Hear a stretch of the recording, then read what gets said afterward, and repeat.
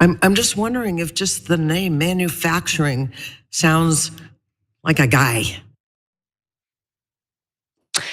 Well, that was yet another Democratic lawmaker making a fool out of herself, embarrassing the Democratic Party with a ridiculous question about why there aren't enough women working in the manufacturing industry.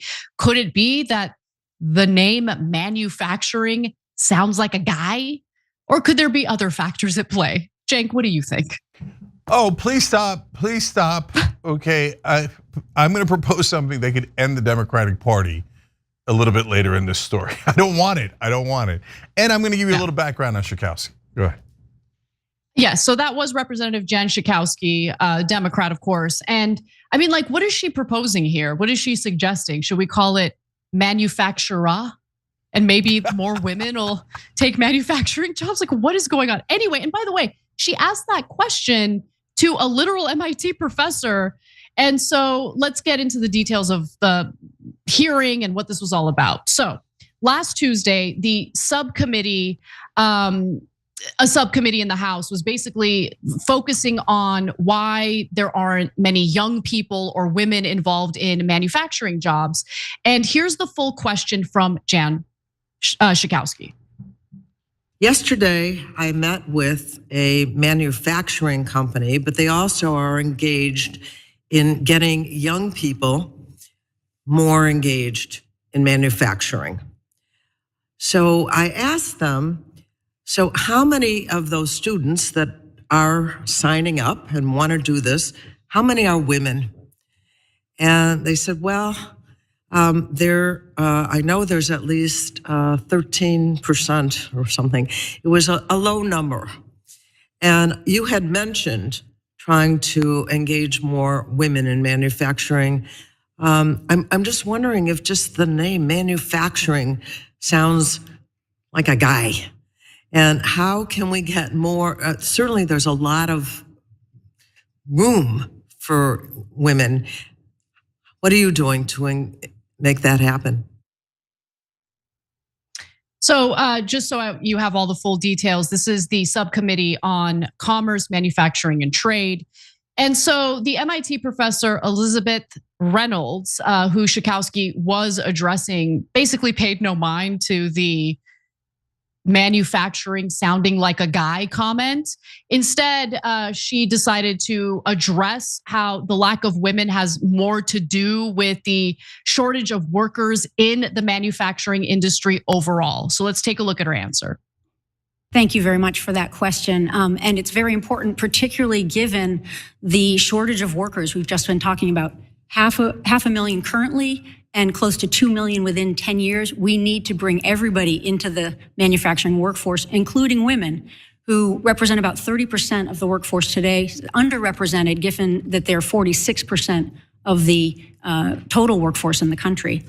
So I think there are a number of things that we could be doing. First point is to say that the kind of manufacturing we're talking about now with AI and automation and all of the type of developments we're talking about really should change the view of manufacturing in this country.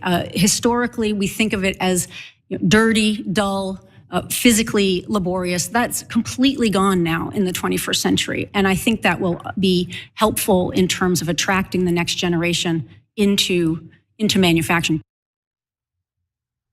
And I should note that manufacturing employment among women is actually on the rise, rising to 62,000 post-pandemic, up to 2022.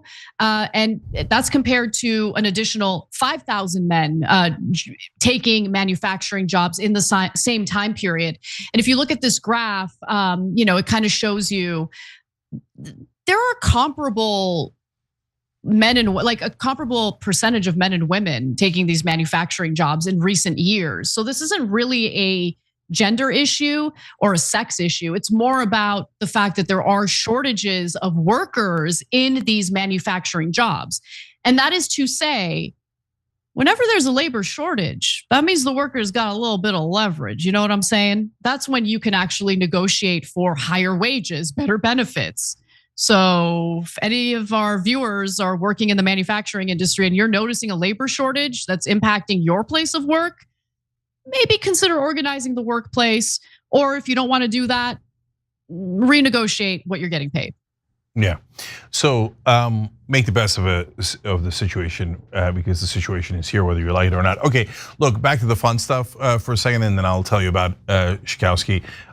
So this is like peak absurdity. Like the Democrats have to cut this crap out. I mean, thank God she didn't say, should we call it womanufacturing? Like if she had done that, we're toast. We'd lose every election in our lifetimes. Stop making up words. Nobody likes it. It doesn't make any sense. And by the way, it doesn't help more women get into manufacturing. And manu, by the way, means hand in Latin. It means working with your hands.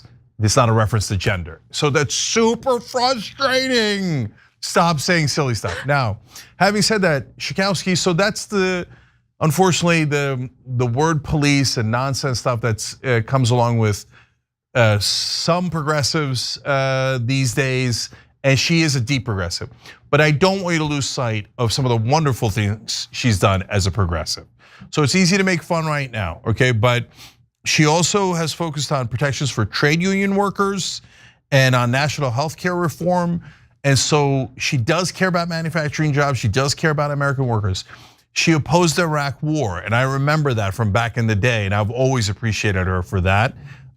And she comes from one of the, and by the way, she ran a more progressive populist campaign to get into Congress against J.B. Pritzker, of all people, who's now the current governor of Illinois.